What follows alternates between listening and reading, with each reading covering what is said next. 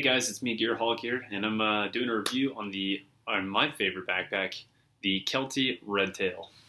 Give you guys a good spin. There's it on my back. Fits really well, feels really snug. It's a great backpack to own. So basically what I'm going to do is I'm going to take it off, obviously, and I'm going to kind of present some stuff to you guys about the bag itself that I really like. So I'll be showing you guys all this stuff, and I'll video it along the way. So, alright, here we go. Okay, so here we have the Kelty Redtail. It's a really great backpack. It's very well seamed and everything, and I really like it. It's really a quality backpack. It has a lot going on in it. Basically, it has really great retention straps for water bottles, which is excellent. And honestly, it's just a really easy bag to stuff anything in these side pockets, which are great. And they also have an elastic band on them, both sides. So you have your options. It's got a really nice a strap webbing here, so you can hook any kind of gear you want, any kind of carabiners. It also has a carrying handle, which is really nice. So 2 upper loops and then a large middle loop. And it also has a really nice ice axe loop on the very bottom. So it's a really nice, well-made backpack. So what else can I say about the outside? So basically, the outside's made out of 420 ball shadow ripstop material, which is really well done and it's really high quality stuff. Haven't had any problems with it ripping or tearing in any sections. All the seams seem to be tightly sewed, so I can't really even pull them apart to show you guys any of the stitching whatsoever. The pockets and all the zippers on the entire backpack are great. I can't tell you guys enough about how much I really like the way these zippers work. Basically, yeah, and then they unzip really well. So yeah, and I have no complaints about that. Let's see what else. So let's go ahead and start on the pockets. So here in the pockets, you have a small pocket that runs along that's on top of the medium-sized pocket, which is more of like a hideaway pocket, because really once you tuck this little the actual zipper loop, like once you tuck that underneath that flap, you really can't even tell there's a pocket there, that little extra pocket. So it's kind of a nice little hideaway pocket. So you basically can unzip it, and then inside, it's got a lot of room for you to play around with any kind of hideable items or whatnot. And then, so that's a really great pocket to have, and I use that a lot for my cell phone and things, headphones, whatnot. So the medium-sized pocket, which is really nice, I'll just go ahead and unzip that, is really nice. I'll kind of pull this down. So the way they did the inside, they give you a nice little key hook. They give you a nice little area to put your phone in, so you can slip your cell phone or whatever you have in there. They have some pin loops down here for hiding pins, some other things. This pocket actually goes pretty deep, so I can get my whole hand in there. So it's actually a pretty big size pocket. You can put all kinds of things in there. A lot of the material on the inside is great for sunglasses. So there's some nice fuzzy padding if you have a nice pair of sunglasses you like to slip in there, which is kind of nice. And then it has a nice main pocket up here on the top portion. So it's got lots of different compartments and things you can kind of organize your gear and whatever you want. And it also has, like I said, for the cell phone pocket, it's got a nice little Velcro strap there too. So that's the medium-sized pocket. And then on the inside, I actually have it filled. You have these compression straps right here. You only have them on the top portion, but not on the bottom. So that's kind of one of those things you're gonna have to live with. Beggars can't be choosers. But basically, what I like to do to unzip it is I pop those tabs, those compression strap sides on both sides, and then once I go to unzip the entire item. So in here, oh, and by the way, it's really nice because those zippers for the top portion actually go all the way down where the pocket is. The only thing is they don't go past the pocket. There's a separation retention right there, so that way it doesn't go too far. But it just makes it easier for stuffing lots of material and things in here. So I'm gonna go ahead and just move all this stuff. It's just a raincoat and a Mighty Light, Columbia Mighty Light 2 jacket, which is great. I'm gonna do a review over that. And on the inside, you can see that it's just a big pocket. You know, it's basically just a big hollow open space, just like any other backpack.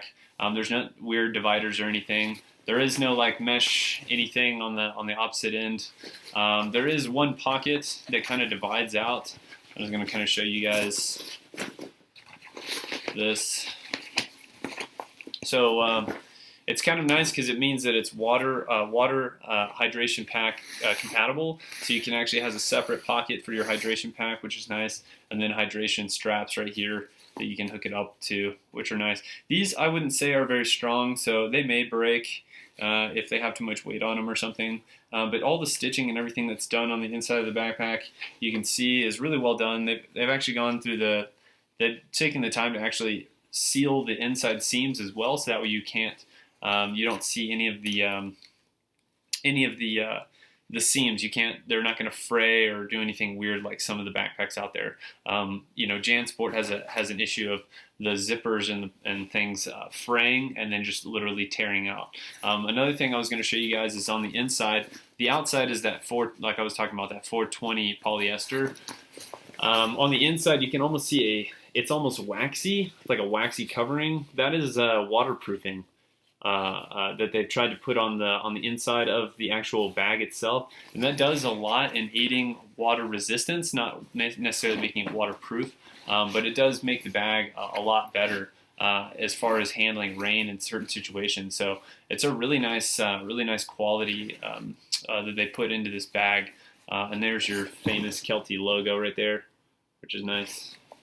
And I got the Coyote Brown in this version, which is I think it's a really nice version for the, or a really nice color for the bag. It does come in green and orange and I think a blue. And then they also have a women's model, which is a little bit less. I think since this is 27 liters, I think the women's model is 23 liters, if I'm not mistaken. I could be wrong on that. Don't quote me. One last thing I was going to show you guys is the straps on the back, which are really nice. So on the straps on the back they're really well supported straps. They could use a little bit more foam on the shoulder area, but it's still pretty decent. It does have a sternum strap, which is awesome. It locks into place and is fully adjustable, which is really a really good quality that you want in a backpack. And then it also has a bottom strap for hooking around your waist, so waist belt, I guess, if you want to call it that, a waist belt strap. And then everything is adjustable, which is really nice. And then basically the padding on the back as well is really well done. It's really nice mesh material, which is it really flows through. You're gonna sweat with anything on your back, and I still sweat profusely when it's hot days and I'm trying to hike or anything. You're going to end up sweating. So these do a really good job of actually absorbing a lot of moisture away from these spots, and these perforated the perforated padding really helps in adding a lot of air comfort to your back when you're actually hiking. And then it also has an airflow design right here all along the corridor of your back, and it kind of helps your back breathe. I can't say it's not as good. It's not as good as probably some of the better model Ospreys out there that have like the mesh backing that are totally separating your back, and then the mesh material. I'm sure there's better backpacks out there, but I think I paid $75 for this backpack, which is a great price. I think they usually run in the $80 range. So I mean, for a backpack that's basically a beater backpack, which is what this is, you know, I can take it out anywhere, throw it around. You know, it cost me $80. It didn't cost me $150. It didn't, you know, not like some of the North Face backpacks or anything else. You know, and it's one of those backpacks that I think is going to last you for a couple of years. I've had other Keltys in the past, and they literally outlasted some of my JanSport backpacks and other backpacks that I've had. I had a JanSport backpack for a really long time, and then finally the seam of the entire seam of the zipper actually blew out on me. So that's just one of those things, and I was looking for reinforced seams. Came across the Kelty Redtail. I mean, this is a really great backpack, and Kelty really does know how to make a good quality product. And honestly, I would highly recommend you guys checking out their Kelty Red Wing. I think is one of their more famous backpacks.